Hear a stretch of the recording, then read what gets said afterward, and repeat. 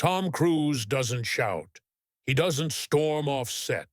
He just memorizes everything and remembers who played by his rules and who didn't. For 4 decades, Cruise has built his career on two things: control and intensity. Every frame, every stunt, every scene, deliberate. But that discipline comes with a cost. Not everyone makes the cut.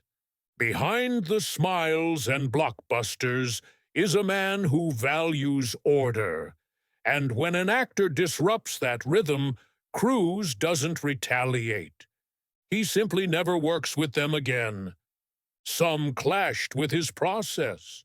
Others ignored the unspoken contract of trust and timing. And some just brought chaos. Here are the 10 actors Tom Cruise quietly cut from his world and why they never came back. Stay to the end, because number one wasn't just a co-star, it was a breaking point. Number 10, Thandie Newton. On screen, they were electric. Mission Impossible 2 paired Cruise with Thandie Newton at the peak of her rising career. But behind the scenes, the chemistry cracked. In interviews, Newton described the shoot as a nightmare. She called Cruise intense, dominant, and said working with him made her nervous. He allegedly micromanaged scenes, repeatedly asking for retakes, even showing her how to deliver lines. To Newton, it felt like pressure. To Cruise, it was precision. After the film, they never reunited. Cruise never responded publicly, but Newton admitted, "He's not a bad person. It was just a bad dynamic." In Cruise's world, that was enough. She never returned for sequels, never reappeared in the franchise. The door didn't slam. It just never opened again. Number 9, Brad Pitt. Two of the biggest stars on Earth, sharing the screen just once. Interview with the Vampire, 1994. Brad Pitt later admitted the shoot was miserable. Long hours, heavy makeup, and worse, tension with Cruise. Pitt described Cruise as a North Pole to my south. Their styles clashed. Pitt preferred looseness, spontaneity. Cruise was meticulous, rehearsed, calculated. There was no fight, just silence. When asked if they'd work together again, Pitt hesitated. "Doubtful," he said. Cruise never pushed for a reunion either. They've crossed paths, posed for cameras, but never shared a set since. In Hollywood, sometimes one film says everything. Number 8, Brooke Shields. This clash wasn't on a film set.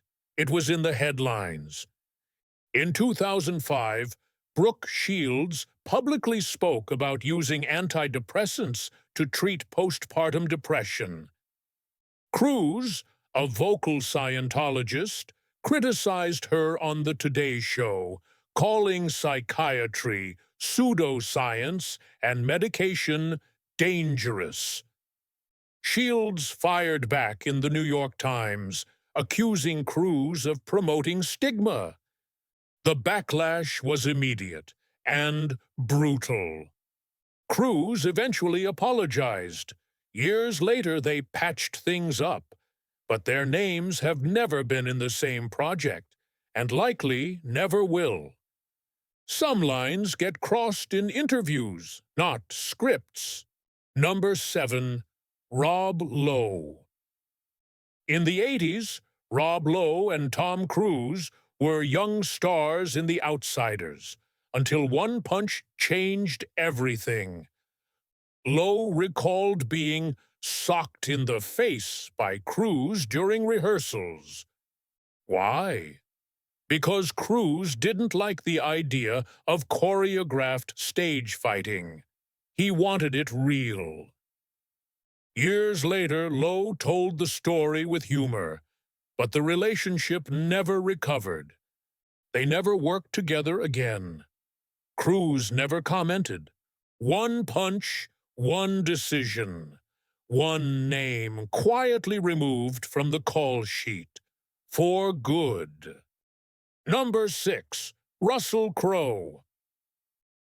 In 2017, the Mummy reboot launched with Tom Cruise and Russell Crowe, a pairing that promised power. Instead, it ended in silence. On set, sources described a clash of egos. Cruise, also serving as a producer, allegedly took creative control, altering scenes, changing dialogue, and shifting the film's tone. Crowe, known for his temper and intensity, reportedly pushed back. By the time the film was released, both actors barely appeared together in press. There were no shared interviews, no red carpet camaraderie, no sequel. The dark universe collapsed, and so did their partnership. Number 5. Jamie Foxx. Collateral gave Cruise one of his most radical roles and paired him with Oscar winner Jamie Foxx. But what happened after the film ended raised questions. Foxx and Cruise didn't promote the film together. There were rumors of friction, mostly unconfirmed, but years later, when asked about Cruise, Foxx dodged. Insiders said Cruise struggled with Foxx's improvisational style. Foxx felt Cruise was too locked in. There was no feud, but the tension was clear. One incredible film, two very different energies, no second collaboration. Number 4. Brendan Fraser. Fraser was once attached to the Mummy legacy, and then replaced. When Universal handed the reboot to Cruise, Fraser wasn't consulted, and when asked later if he'd seen it, Fraser shrugged. It didn't need to be made. He praised Cruise's talent, but questioned the tone, the direction, the purpose. Cruise never responded. Fraser was never invited back. It wasn't personal. It was industry. But in Cruise's world, you either align or get left behind. Number 3. Jon Voight. They played mentor and protege in Mission Impossible 1996. Off-screen, Voight praised Cruise, until Cruise's personal life became tabloid fuel. Voight, outspoken and politically conservative, hinted at disagreements with Cruise's beliefs and Scientology ties. He never returned to the franchise, not even in flashbacks. The split was quiet. The character was killed. And Voight's name disappeared from the franchise he helped launch. Number 2. Leah Remini. This wasn't a movie fallout, it was a belief system clash. Leah Remini left Scientology and became one of its loudest critics. In interviews, she's called Cruise complicit in the system she fled from. She's accused him of enabling abuse, being protected by the church, and living behind a facade. Cruise never responded, never acknowledged her accusations. But in private, the Church of Scientology reportedly branded her an enemy. There's no collaboration, no contact, just a chasm, philosophical, emotional, permanent. Number 1. Nicole Kidman. They were Hollywood royalty, the ultimate power couple. Eyes Wide Shut was their final film together, a cinematic divorce foreshadowing the real one. Their split was quiet, but seismic. Kidman later said she was too young when they married. Cruise never revealed the reasons, but after 2001, they never worked together again.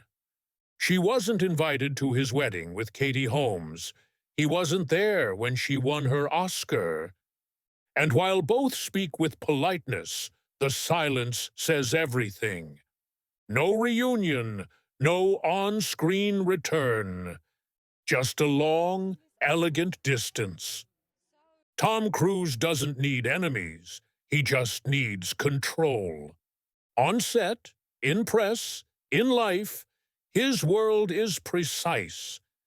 And if you disrupt that rhythm, even once, you don't get a second take. He doesn't blacklist. He just lets go. Not with fury, but with silence. So, who do you think didn't make the cut? Who almost made this list? Drop your thoughts in the comments. And if you want more deep dives into Hollywood's quiet feuds, subscribe. Because in Tom Cruise's world, the quietest exits are the loudest truths.